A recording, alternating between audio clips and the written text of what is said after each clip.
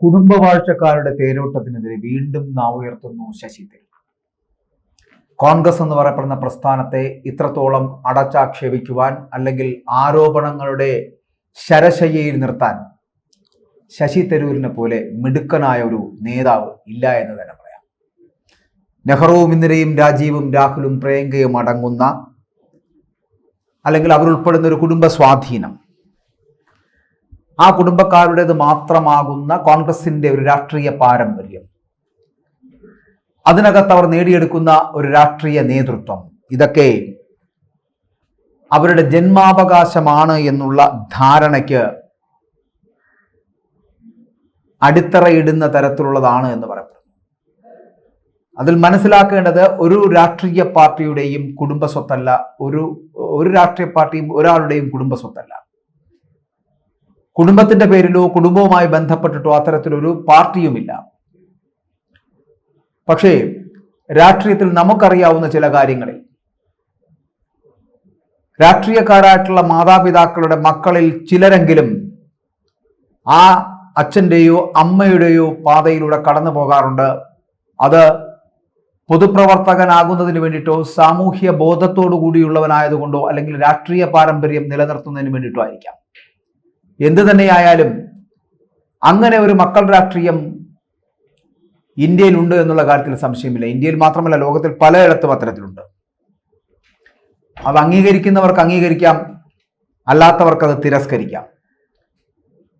രാഹുൽ ഗാന്ധിയെയും പ്രിയങ്ക ഗാന്ധിയെയും സോണിയെയും രാജീവിനെയും ഇന്ദിരയെയും നെഹ്റുവിനെയും ഒന്നും സ്വീകരിക്കാൻ കഴിയുന്നില്ല എന്നുള്ളതാണ് ശശി തരൂരിന്റെ പ്രശ്നമെങ്കിൽ അദ്ദേഹത്തിന് അത് തുറന്നു പറഞ്ഞ് ആ പാർട്ടിയിൽ നിന്ന് വേണമെങ്കിൽ പുറത്തേക്ക് പോകാം. കുടുംബാധിപത്യമാണ് ആ പാർട്ടിയിൽ നടക്കുന്നത് എന്നുള്ള കാര്യത്തിൽ സംശയമില്ല. 100% ശരിയാണ്. ഒരു പാർട്ടിയെ ഇത്രത്തോളം ഒരു തകർച്ചയുടെ വക്കിലേക്ക് എത്തിക്കുന്നതിൽ 100% ഈ കുടുംബാധിപത്യത്തിന്, ആ കുടുംബാധിപത്യം കാരണം തന്നെയാണ് ഈ പാർട്ടി ഇത്രത്തോളം തകർന്നു പോയത് എന്നുള്ള കാര്യത്തിൽ ഒരു സംശയമില്ല. അത് ശശി തരൂരിനല്ല, ഏത് കോൺഗ്രസ്സുകാരനോ ഏത് രാഷ്ട്രീയ നിരീക്ഷകനോ പറയുന്നതിലും തെറ്റുമില്ല. പക്ഷെ ഇവിടുത്തെ പ്രശ്നം, ഒരു കോൺഗ്രസ്സുകാരനായി നിന്നുകൊണ്ട് തിരുത്താൻ ശ്രമിക്കുമ്പോഴൊക്കെയും ആ തിരുത്തലുകളിൽ പലപ്പോഴും തിരുത്തലുകൾ ഉണ്ടാകുന്നില്ല എന്നുള്ളതാണ് പാർട്ടിയുടെ ഭാഗത്ത്. വീണ്ടും ശശി തരൂർ കോൺഗ്രസ്സുകാരനായി തന്നെ തുടരുകയും ചെയ്യുന്നുണ്ട്. ഈ കുടുംബാധിപത്യത്തിന്റെ കാര്യമെന്ന് പറയപ്പെടുന്നത് പലപ്പോഴും BJP ഉന്നയിക്കുന്ന ഒരു ആരോപണമാണ്. അത് പലവട്ടം അവർ പറഞ്ഞിട്ടുണ്ട്. ഒരു കുടുംബാധിപത്യത്തിന്റെ പാർട്ടിയാണ് കോൺഗ്രസ് എന്നുള്ളത്. സത്യത്തിൽ കോൺഗ്രസിലാണെങ്കിലും ഏതൊരു രാഷ്ട്രീയ പാർട്ടിയിലാണെങ്കിലും ഈ കുടുംബാധിപത്യത്തിന്റെ ജന്മാവകാശം വെച്ചിട്ടായിരിക്കരുത് നേതൃത്വം നൽകേണ്ടത്, അല്ലെങ്കിൽ നേതാവിനെ തിരഞ്ഞെടുക്കേണ്ടത്, പദവികൾ നൽകേണ്ടത്. പകരം അവരെയൊക്കെ അംഗീകരിക്കേണ്ടത് അവരവരുടെ കഴിവിനെ അനുസരിച്ചായിരിക്കും. ആ കഴിവിനെ അംഗീകരിക്കുക തന്നെ വേണം, അത് ആരാണെങ്കിലും. ഇവിടെ കുടുംബവാഴ്ചക്കാരുടെ ഒരു സംവിധാനത്തിലേക്ക് പോയി കഴിഞ്ഞാൽ നമ്മൾ ഈ പ്രാദേശിക പാർട്ടികളിൽ അടക്കം ഉണ്ടാകുന്നതാണ് സമ്പത്ത് കുന്നുകൂടും. അതായത് ഈ കുടുംബവാഴ്ചക്കാരുടെ സമ്പത്ത് കുന്നുകൂടും, ബാക്കിയുള്ളവരുടെ ഒന്നും കൂടൂല. കുടുംബവാഴ്ചക്കാരുടെ സമ്പത്ത് എന്ന് പറയപ്പെടുന്നത് ഇങ്ങനെ വല്ലാത്ത വലിയ ഗ്രാഫായിട്ട് ഉയർന്നുകൊണ്ടേയിരിക്കും. നമ്മളൊന്ന് നോക്കിയാൽ മതി, ഈ രാജ്യത്ത് പല സംസ്ഥാനങ്ങളിലുമുള്ള പ്രാദേശിക പാർട്ടികളെ ഒന്ന് എടുത്തു നോക്കിക്കഴിഞ്ഞാൽ മനസ്സിലാകും, അവിടുത്തെ അവരെല്ലാവരും കിരീടം വയ്ക്കാത്ത രാജാക്കന്മാരാണ് ആ സംസ്ഥാനങ്ങളിൽ. ഏതൊരു സംസ്ഥാനത്തിലേക്കും അവരവരുടെ പാർട്ടി എന്ന് പറഞ്ഞ ലേബലിൽ എത്തപ്പെടുന്ന എല്ലാ പാർട്ടികളും, പ്രാദേശിക പാർട്ടികൾ അടക്കം, അവരുടെ പേര് ഉണ്ടാക്കിയെടുക്കുന്നത് സമ്പത്തിന്റെ പേരിൽ തന്നെയാണ് നിലനിർത്തുന്നത് എന്നുള്ളതാണ്. പല പാർട്ടികളും പല രാഷ്ട്രീയക്കാരും അത്തരത്തിൽ തന്നെയാണ്. മുമ്പ് CPM-ൽ കേൾക്കാതിരുന്നത്, കേരളത്തിൽ CPM-ൽ കേൾക്കാതിരുന്ന സാമ്പത്തിക തട്ടിപ്പ് ഇപ്പോൾ നമ്മൾ കേൾക്കുന്നുണ്ട്. അവരുടെ സോഷ്യലിസവും കമ്മ്യൂണിസവും ഒക്കെ മറന്നുപോയിരിക്കുന്നു. ബൂർഷ്വാസിയോട് കൂട്ടുകൂടുവാനും വ്യവസായിയോടും മുതലാളിമാരോടും ചങ്ങാത്തം കൂടുവാനുമുള്ള വെപ്രാളത്തിലാണ് ഇപ്പോൾ ഇവിടുത്തെ കമ്മ്യൂണിസ്റ്റുകാരെന്ന് പറയപ്പെടുന്നത്. അതുകൊണ്ട് തന്നെയാണ് ആ കമ്മ്യൂണിസ്റ്റുകാർക്ക് നയമില്ലാത്തതും നിലപാടുകളില്ലാത്തതും എന്ന് നമ്മൾ വിശ്വസിക്കേണ്ടിയിരിക്കുന്നു. അത് മറ്റൊരു കാര്യമാണ്. അപ്പോൾ ഇതിനോടൊപ്പം ഞാൻ പറഞ്ഞു എന്ന് മാത്രം. സത്യത്തിൽ ഇപ്പോൾ ഇവിടെ കുടുംബാധിപത്യത്തെക്കുറിച്ച് ശശി തരൂർ പറഞ്ഞിരിക്കുന്നത് കോൺഗ്രസിനെ പേരെടുത്ത് പറയുന്ന തരത്തിൽ അല്ലെങ്കിൽ പേരെടുത്ത് പറയാത്ത തരത്തിൽ തന്നെയാണ് പറഞ്ഞിരിക്കുന്നത് എങ്കിൽ കൂടിയും അതിന്റെ ലക്ഷ്യമെന്ന് പറയപ്പെടുന്നത് കോൺഗ്രസ് തന്നെയാണ്. ഇത് സംഘടനയ്ക്കുള്ളിൽ ഇപ്പോൾ പുകഞ്ഞുകൊണ്ടിരിക്കുന്ന ഒരു കാര്യമാണ്. ഇത് ശശി തരൂരിന്റെ ഒരു ലേഖനമായിരുന്നു. ആ ലേഖനത്തിലാണ് അദ്ദേഹം ഇതിനെക്കുറിച്ച് ഇങ്ങനെ ഒരു കുറിപ്പ് വെച്ചത്. കുടുംബവാഴ്ചയ്ക്ക് പകരമോ കഴിവിനെ അംഗീകരിക്കേണ്ട സമയം അതിക്രമിച്ചിരിക്കുകയാണ് എന്നും ഇത്തരം കുടുംബങ്ങൾക്ക് ഗണ്യമായിട്ടുള്ള സാമ്പത്തിക മൂലധനം ഉണ്ടെന്നുമുള്ള ശശി തരൂരിന്റെ അഭിപ്രായ പ്രകടനത്തിനെതിരെ അച്ചടക്ക നടപടി കൈക്കൊള്ളണമെന്ന് ആവശ്യപ്പെട്ടുകൊണ്ട് ഹൈക്കമാൻഡിനോട് ആവശ്യപ്പെട്ട ഒരു വിഭാഗം നേതാക്കളടക്കം അങ്ങ് ഡൽഹിയിലേക്ക് എത്തിയിട്ടുണ്ട്. പക്ഷേ നടക്കില്ല നേതാക്കളെ. നിങ്ങൾ എത്രയൊക്കെ ശശി തരൂരിനെതിരെ ആയുധം കൂർപ്പിച്ചെടുത്തുവാലും അത് സോണിയാഗാന്ധിക്ക് മുന്നിൽ വിലപ്പോവില്ല. സോണിയാഗാന്ധി ശശി തരൂരിനെതിരെ ഒരക്ഷരം മിണ്ടില്ല. മിണ്ടുമായിരുന്നെങ്കിൽ മുമ്പ് പലവട്ടം ഇന്ന് ഭരിക്കുന്ന താമര ചിഹ്നത്തിൽ മത്സരിച്ച് വിജയിക്കുന്ന പ്രധാനമന്ത്രി നരേന്ദ്രമോദിക്ക് അനുകൂലമായിട്ടുള്ള പ്രസ്താവനകൾ ഉണ്ടായപ്പോൾ തന്നെ ശശി തരൂരിനെ ചവിട്ടി പുറത്താക്കിയതിനെ മറ്റു പാർട്ടികളാണെങ്കിൽ.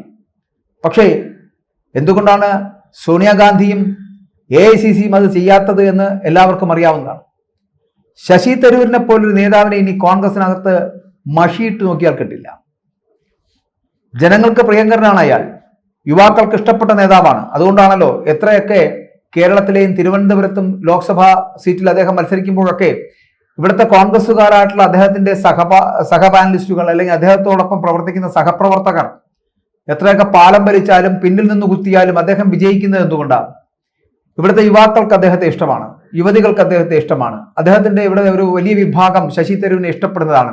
സാംസ്കാരികമായി ഉയർന്ന, വിദ്യാഭ്യാസപരമായി ഉയർന്നു നിൽക്കുന്ന, ആരോടും ഏതു തരത്തിലും സംസാരിക്കുവാൻ കഴിവുള്ള, പ്രാവീണ്യമുള്ള ഒരു വ്യക്തിയാണ് എന്നുള്ളതാണ് ശശി തരൂരിന്റെ ഏറ്റവും വലിയ ഗുണഗണം എന്ന് പറയുന്നത്. ആ ക്വാളിഫൈഡ് ആയിട്ടുള്ള ഒരു വ്യക്തി ആയതുകൊണ്ട് തന്നെയാണ് അനന്തപുരം അല്ലെങ്കിൽ നമ്മൾ തിരുവനന്തപുരം എന്ന് പറയപ്പെടുന്ന നഗരവും നഗരവാസികളും അദ്ദേഹത്തെ സ്വീകരിച്ചിരിക്കുന്നത്. അതുകൊണ്ട് തന്നെ വലിയൊരു ക്ഷാമമില്ലാത്ത വോട്ട് അദ്ദേഹത്തിന് ലഭിക്കുന്നുണ്ട്. അതിൽ അദ്ദേഹം വിജയിക്കുന്നുമുണ്ട്. അദ്ദേഹത്തിന്റെ കഴിവ് തന്നെയാണ്. അതുകൊണ്ടാണ് ശശി തരൂരിനെ പോലൊരു നേതാവിനെ ചവിട്ടി പുറത്താക്കാൻ സോണിയാഗാന്ധിക്ക് കഴിയാത്തത്. ഒരു ശശി തരൂർ പോയാൽ 1000 ശശി തരൂർ വരുമെന്ന് വിശ്വസിക്കുന്ന കോൺഗ്രസ് പ്രസ്ഥാനം പക്ഷേ ഈ ഒരു ശശി തരൂരിനെ പുറത്താക്കില്ല. അപ്പോൾ എന്തായാലും ഇപ്പൊ കോർ കമ്മിറ്റി യോഗം, കേരളത്തിലെ കോർ കമ്മിറ്റി യോഗവും കോൺഗ്രസിനെതിരെ BJP വർഷങ്ങളായിട്ട് ഉന്നയിക്കുന്ന ആരോപണമാണ് ഇത് എന്ന് പറഞ്ഞുകൊണ്ട് ശശി തരൂരും അത്തരത്തിൽ ആവർത്തിക്കുന്നത് ശരിയല്ല എന്നുള്ള നിലപാടിലേക്ക് ഒരു വിഭാഗം കോൺഗ്രസ് നേതാക്കന്മാർ എത്തിച്ചേർന്നിട്ടുണ്ട്. പക്ഷേ ശശി തരൂർ എന്ന് പറയപ്പെടുന്ന കോൺഗ്രസിന്റെ പ്രവർത്തക സമിതി അംഗമാണ്, കേരളത്തിലെ കോർ കമ്മിറ്റി അംഗമാണ്, തിരുവനന്തപുരത്തിന്റെ MP ആണ്. അങ്ങനെയുള്ള തരൂരിനെതിരെ സംസ്ഥാന നേതൃത്വം ഇതുവരെയും പ്രതികരിച്ചിട്ടില്ല എന്നുള്ള പ്രത്യേകത കൂടിയുണ്ട്. അടുത്ത കാലത്ത് ഈ കോൺഗ്രസുമായിട്ടൊക്കെ കൂടുതൽ തരൂർ അടുക്കുന്നതായുള്ള സൂചനകൾ ഉണ്ടായിരുന്നു. ഇതിനിടെയാണ് ഇപ്പോൾ വീണ്ടും ലേഖനത്തിലൊരു വിവാദം ഉണ്ടായിരിക്കുന്നത് എന്നുള്ളതാണ്. തദ്ദേശ സ്വയംഭരണ തെരഞ്ഞെടുപ്പ് കാലത്താണ് ഈ ലേഖനം വന്നതും ബീഹാർ തെരഞ്ഞെടുപ്പിൽ അടക്കം ഈ ലേഖനം ചർച്ചയാവുകയും ചെയ്യും. സത്യത്തിൽ തരൂരിന്റെ ലേഖനം എന്ന് പറയപ്പെടുന്നത് BJPക്ക് ലഭിക്കുന്ന മറ്റൊരു ആയുധമാണ് എന്ന് വേണമെങ്കിൽ പറയാം. ഈ കുടുംബവാഴ്ച ഇന്ത്യൻ ജനാധിപത്യത്തിന്റെ ഭീഷണി എന്നുള്ള തലക്കെട്ടിലാണ് അദ്ദേഹം മംഗളം പത്രത്തിൽ എഴുതിയ ലേഖനത്തിലാണ് ഈ തരൂരിന്റെ വിമർശന വിധേയമായിട്ടുള്ള ലേഖനം വന്നിട്ടുള്ളത്. ജവഹർലാൽ നെഹ്റുവും ഇന്ദിരാഗാന്ധിയും രാജീവ് ഗാന്ധി, രാഹുൽ ഗാന്ധി, പ്രിയങ്ക ഗാന്ധി എന്നിവരുൾപ്പെടുന്ന നെഹ്റു ഗാന്ധി കുടുംബത്തിന്റെ സ്വാധീനം രാഷ്ട്രീയ നേതൃത്വം ഒരു ജന്മാവകാശമാണ് എന്നുള്ള ധാരണയ്ക്ക് അടിത്തറയിടുന്നതാണ് എന്നുള്ളതായിരുന്നു തരൂരിന്റെ വിമർശനം എന്ന് പറയപ്പെടുന്നത്. ശിവസേന, സമാജ്വാദി പാർട്ടി, ബീഹാറിൽ ലോക് ജനശക്തി, ശിരോമണി അകാലിദൾ, കാശ്മീരിലെ PDP, DMK എന്നീ പാർട്ടികളെയും കുടുംബവാഴ്ചയുടെ പേരിൽ തരൂർ നിശ്ചിതമായിട്ട് ആ ലേഖനത്തിൽ വിമർശിക്കുന്നുമുണ്ട്. ഞാനിതാണ് ആദ്യം പറഞ്ഞത്.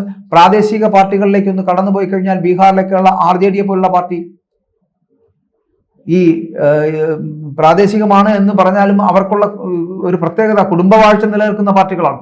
ഞാൻ ഈ ആദ്യം സൂചിപ്പിച്ചതുപോലെ ബീഹാറിലെ ലോക് ജനശക്തി പാർട്ടി, സമാജ്വാദി പാർട്ടി, ശിരോമണി അകാലിദൾ, കാശ്മീരിലെ PDP, പിന്നെ തമിഴ്നാട്ടിലെ DMK, കേരളത്തിൽ തന്നെ കേരള കോൺഗ്രസ് പോലുള്ള പാർട്ടികൾ, ഇങ്ങനെ ഒട്ടനവധി പാർട്ടികൾ കുടുംബവാഴ്ചയുടെ തണലിൽ അങ്ങനെ സാമ്പത്തികമായിട്ട് കൊഴുത്തു വളർന്നു നിൽക്കുന്ന പ്രസ്ഥാനങ്ങളാണ് എന്നുള്ളതാണ്. തെലങ്കാനയിലെ ഭാരത് രാഷ്ട്ര സമിതിയുടെ സ്ഥാപകൻ K. ചന്ദ്രശേഖർ റാവുവിന്റെ മകനും മകളും തമ്മിൽ ഈ പിന്തുടർച്ചാവകാശം തമ്മിലുള്ള പോരാട്ടം അവിടെ നടക്കുന്നുണ്ട്. അതും എന്താണ്? കുടുംബവാഴ്ചയാണ്. അപ്പോൾ ഇതിനായിട്ടൊക്കെ വോട്ടർമാർക്ക് വിദ്യാഭ്യാസം നൽകുവാനും ശാക്തീകരിക്കുവാനുള്ള കൂട്ടായ പരിശ്രമം വേണം. എന്നിട്ട് കുടുംബവാഴ്ചയ്ക്കെതിരെ ആഞ്ഞടിക്കണം. എന്നിട്ട് കഴിവുള്ളവർ, അവർ രംഗത്തേക്ക് വരും. ഇന്ത്യൻ രാഷ്ട്രീയം ഒരു കുടുംബ സംരംഭമായി തുടരുന്നിടത്തോളം കാലം ജനാധിപത്യത്തിന്റെ യഥാർത്ഥ വാഗ്ദാനമായിട്ടുള്ള ജനങ്ങൾക്ക് വേണ്ടി ജനങ്ങളുടെ ഭരണം അത് പൂർണ്ണമായിട്ടും യാഥാർത്ഥ്യമാക്കാൻ കഴിയില്ല എന്ന് പറയട്ടെ. അപ്പോൾ കുടുംബവാഴ്ച എന്ന് പറയപ്പെടുന്നത് ഇന്ത്യൻ ജനാധിപത്യത്തിന് ഭീഷണിയാണ്. നെഹ്റു ഗാന്ധി കുടുംബത്തിന്റെ രാഷ്ട്രീയ സ്വാധീനം അത് മറ്റു പാർട്ടികളിലേക്ക് പടർന്നു കയറിയിരിക്കുകയാണ് ഇപ്പോൾ. അതുകൊണ്ട് മുൻ പരിചയത്തിനേക്കാൾ നമുക്കറിയാലോ, ഈ പരിചയ സമ്പത്തിനേക്കാൾ പാരമ്പര്യത്തിന് മുൻഗണന നൽകുന്ന രീതി എന്ന് പറയുന്നത് ഒരിക്കലും ശരിയല്ല. അത് മാറ്റിമറിക്കേണ്ടതാണ്. ഇത് ഭരണ നേതൃത്വത്തിന്റെ നിലവാരം കുറയ്ക്കും. സ്ഥാനാർത്ഥിയുടെ യോഗ്യത എന്ന് പറയുന്നത് കുടുംബ പേര് മാത്രമാകുന്ന തരത്തിലേക്ക് എത്തപ്പെടും. കുടുംബാധിപത്യക്കാർ മണ്ഡലത്തിലെ ജനങ്ങളോട് ഫലപ്രദമായി ഇടപെടില്ല. ഇവരുടെയൊക്കെ പ്രകടനം മോശമായാൽ ജനങ്ങളോട് കണക്ക് പറയേണ്ടതില്ല എന്നുള്ളത് കൂടിയുണ്ട്. അങ്ങനെ കുടുംബവാഴ്ചയ്ക്ക് പകരം കഴിവിനെ അംഗീകരിച്ചു നോക്കൂ, കഴിവുള്ളവരെ കൊണ്ടുവരൂ, ആഭ്യന്തരമായി പാർട്ടി തിരഞ്ഞെടുപ്പുകൾ വേണ്ടിവരും എന്നുള്ളതാണ് അതിന്റെ പ്രത്യേകത. അങ്ങനെ വരുന്ന സാഹചര്യത്തിലേക്ക് എത്തിയാൽ യോഗ്യതയുടെ അടിസ്ഥാനത്തിൽ നേതാക്കളെ തിരഞ്ഞെടുക്കണം. കുടുംബാധിപത്യങ്ങൾ അവസാനിപ്പിക്കുവാൻ നിയമപരമായിട്ട് നിർബന്ധിതമായിട്ടുള്ള കാലാവധി ഏർപ്പെടുത്തണം. അർത്ഥവത്തായിട്ടുള്ള ആഭ്യന്തര പാർട്ടി തിരഞ്ഞെടുപ്പുകൾ നിർബന്ധമാക്കണം. ഇങ്ങനെയുള്ള അടിസ്ഥാനപരമായിട്ടുള്ള പരിഷ്കാരങ്ങൾ ഒരു പാർട്ടിയിൽ കൊണ്ടുവന്ന് നോക്കൂ. ഒരാൾക്ക് ഒരു അവസരം മാത്രം നൽകൂ. എല്ലാവർക്കും പ്രവർത്തിക്കുന്ന എല്ലാവർക്കും ഈ പറയുന്ന അധികാര സ്ഥാനങ്ങളിലേക്ക് എത്തുവാൻ കഴിയും, കഴിവുണ്ടെങ്കിൽ. കഴിവിന്റെ അടിസ്ഥാനത്തിൽ അതായിരിക്കണം മാനദണ്ഡം. കുടുംബവാഴ്ചയാകരുത് എന്നുള്ളതാണ്. അപ്പോൾ അതുകൊണ്ട് പാർട്ടിക്കുള്ളിലെ ചലനാത്മകതയുടെ കുറവാണ് പാർട്ടി ഇന്ന് അഭിമുഖീകരിക്കുന്ന പ്രശ്നങ്ങൾ എന്ന് പറയുന്നത്. നേതൃത്വ തെരഞ്ഞെടുപ്പ് പ്രക്രിയകൾ എന്ന് പറയപ്പെടുന്നത് സുതാര്യമാകുന്നില്ല. ചെറിയൊരു സംഘമോ ഒരു നേതാവോ ആണ് തീരുമാനങ്ങൾ എടുക്കുന്നത് എന്നതാണ് ഏറ്റവും വലിയ വൃത്തികേട്. നിലവിലെ വ്യവസ്ഥയെ അല്ലെങ്കിൽ ഇപ്പോഴത്തെ ഈ വ്യവസ്ഥിതിയെ തന്നെ മാറ്റാൻ ഇന്നത്തെ ഈ നേതാക്കന്മാർക്ക് ഒരു താല്പര്യവും ഉണ്ടാകുന്നില്ല. അതായത് കുടുംബവാഴ്ച നിലനിൽക്കണം. കുടുംബവാഴ്ചയുള്ള കുടുംബങ്ങൾക്ക് ഗണ്യമായിട്ടുള്ള സാമ്പത്തികമായിട്ടുള്ള മൂലധനമുണ്ട്. അവർ അത് അധികാരത്തിലിരുന്ന് വർഷങ്ങളായിട്ട് സമ്പാദിച്ച് എടുത്തിട്ടുള്ളതാണ് എന്നുള്ള. അപ്പൊ ഇത് മാത്രമല്ല, കൂടാതെ സംഭാവനകൾ ലഭിക്കുന്നു. സമീപകാലത്തിന്റെ നടന്ന പഠനത്തിലാണെന്നെങ്കിൽ 149 കുടുംബങ്ങളിൽ നിന്ന് ഒന്നിലധികം അംഗങ്ങൾ സംസ്ഥാന നിയമസഭകളിൽ ഉണ്ടെന്ന് കണ്ടെത്തിയിരിക്കുന്നു. 11 കേന്ദ്രമന്ത്രിമാർക്കും 9 മന്ത്രിമാർക്കും കുടുംബ ബന്ധങ്ങൾ ഉണ്ട് എന്നുള്ളതാണ്. കഴിഞ്ഞ നൂറ്റാണ്ടിനിടയിൽ 40 വയസ്സിൽ താഴെയുള്ള ഒരു ഇന്ത്യൻ എംപിയും കുടുംബ ബന്ധങ്ങളില്ലാതെ തിരഞ്ഞെടുക്കപ്പെട്ടിട്ടില്ല എന്ന് പറയേണ്ടിയിരിക്കുന്നു. അങ്ങനെ മുൻപ് നമുക്കറിയാം, ഭൂവുടമകൾക്കോ രാജകുടുംബത്തിനോ ലഭിച്ചിരുന്ന ആദരവ് എന്ന് പറയപ്പെടുന്ന ഇപ്പോൾ ഈ പറയുന്ന കുടുംബാധിപത്യക്കാർക്ക് ലഭിക്കുന്നു എന്നുള്ള പ്രത്യേകത ഉണ്ട്. അപ്പോൾ ഇത് അവരെയൊക്കെ അധികാരത്തിന് അനുയോജ്യരാക്കുന്നതോടൊപ്പം തന്നെ നേതൃപരമായിട്ടുള്ള പരാജയങ്ങളെ മറികടക്കാൻ സഹായിക്കുകയും ചെയ്യുന്നു എന്നുള്ളതാണ്. ഇതൊക്കെ വിമർശനമാണെങ്കിലും ഈ വിമർശനങ്ങളും ആരോപണങ്ങളും സശ്രദ്ധം കേൾക്കേണ്ടതാണ്. അപ്പോൾ ഇതിലൊക്കെ പാർട്ടിയിലെ ഒരു വിഭാഗത്തിന് ഹൈക്കമാൻഡിന് പരാതി നൽകിയിട്ടുണ്ട്. പരസ്യമായിട്ട് അദ്ദേഹം ഈ നേതൃത്വത്തിനെ വെല്ലുവിളിച്ചിരിക്കുകയാണ്. പക്ഷേ തരൂരിനെതിരെ ഒരു ചെറുവിരലനക്കാൻ ഈ പാർട്ടിക്ക് കഴിയില്ല എന്നുള്ളതാണ്. കോൺഗ്രസിന്റെ ഏറ്റവും വലിയ പ്രതിസന്ധിയും അത് തന്നെയാണ്. ശശി തരൂരിനെ പോലൊരു നേതാവിനെ ഒരിക്കലും അവർക്കൊന്നും ചെയ്യാൻ കഴിയില്ല. നമുക്കറിയാം, ഒരു ചെറിയ ഇടവേളയ്ക്ക് ശേഷമാണ് വീണ്ടും നെഹ്റു കുടുംബത്തിനെതിരെ തരൂർ രംഗത്തെത്തിയിരിക്കുന്നത്. മാത്രമല്ല, BJP തുടർച്ചയായിട്ട് കോൺഗ്രസിനെ വിമർശിക്കുന്ന വിഷയമാണ് നെഹ്റു കുടുംബത്തിന്റെ പാർട്ടിയിലുള്ള സ്വാധീനം എന്ന് പറയുന്നത്, കുടുംബാധിപത്യം എന്ന് പറയുന്നത്. അപ്പൊ സമാനമായ ആക്ഷേപമാണ് തരൂരും ഇത്തവണ ഉയർത്തിയിരിക്കുന്നത്. AICC അധ്യക്ഷ തിരഞ്ഞെടുപ്പിൽ മത്സരിച്ചതും നിലവിലെ പാർട്ടി ദേശീയ നേതൃത്വം അദ്ദേഹത്തിനെതിരെ രംഗത്തെത്തിയതും തരൂർ തന്റെ വാക്കുകളിൽ പരോക്ഷമായിട്ട് ആ ലേഖനത്തിൽ അടിവരയിട്ട് പറയുന്നുമുണ്ട്. അങ്ങനെ കോൺഗ്രസ് ദേശീയ നേതൃത്വമായി അകന്നു നിൽക്കുന്ന തരൂർ നേരത്തെയും സമാനമായിട്ടുള്ള വിമർശനങ്ങൾ ഉന്നയിച്ചിട്ടുണ്ട്. ആ വിമർശനങ്ങളൊക്കെയും ചിലപ്പോൾ ഇദ്ദേഹത്തെ ഹൈക്കമാൻഡ് തിരുത്തൽ വാദം അല്ലെങ്കിൽ തിരുത്തലിന് വേണ്ടിയിട്ടുള്ള ശ്രമങ്ങൾ നടത്താൻ ശ്രമിച്ചിരുന്നു. പക്ഷെ അത് നടന്നില്ല. അദ്ദേഹത്തിന് അച്ചടക്ക നടപടി എടുക്കുവാനുള്ള ശ്രമം നടത്തി, അത് നടന്നില്ല. അദ്ദേഹത്തിനെ പുറത്താക്കുമോ എന്നൊക്കെ പലരും ശ്രദ്ധിച്ചിരുന്നു, അത് നടന്നില്ല. പകരം അദ്ദേഹം BJPയിലേക്ക് പോകാനുള്ള സാധ്യതയാണ് എന്നുള്ളത് പലവട്ടം പറഞ്ഞു. അത് മോദിയെ സ്തുതിക്കുന്നതുമായിട്ട് ബന്ധപ്പെട്ടായിരുന്നു. മോദിക്കെതിരെയുള്ള അദ്ദേഹത്തിന്റെ ഭരണം നല്ലതാണെങ്കിൽ നല്ലതെന്ന് പറയണം, അവിടെ രാഷ്ട്രമാണ് വലുത്, രാഷ്ട്രീയമല്ല എന്ന് പറയപ്പെടുന്ന അദ്ദേഹത്തിന്റെ സിദ്ധാന്തവും ഒക്കെ അദ്ദേഹം മുന്നോട്ട് വെച്ചിരുന്നു. അങ്ങനെ തരൂര് എല്ലാ അർത്ഥത്തിലും വിമർശനങ്ങൾ കൊണ്ട് കോൺഗ്രസിനെ ശരശയ്യയിലാക്കിയിരുന്നു. പകരം അദ്ദേഹം എന്താണ് ആഗ്രഹിക്കുന്നത്? ഈ കോൺഗ്രസിലെ നേതൃപദവിയിലേക്ക് അദ്ദേഹത്തിന് എത്താൻ കഴിയുമെന്നാണോ, അതോ ഈ കോൺഗ്രസിനെ ശരശയ്യയിലാക്കി BJPയുടെ പാളയത്തിലേക്ക് പോവുക എന്നുള്ളതാണോ ലക്ഷ്യം?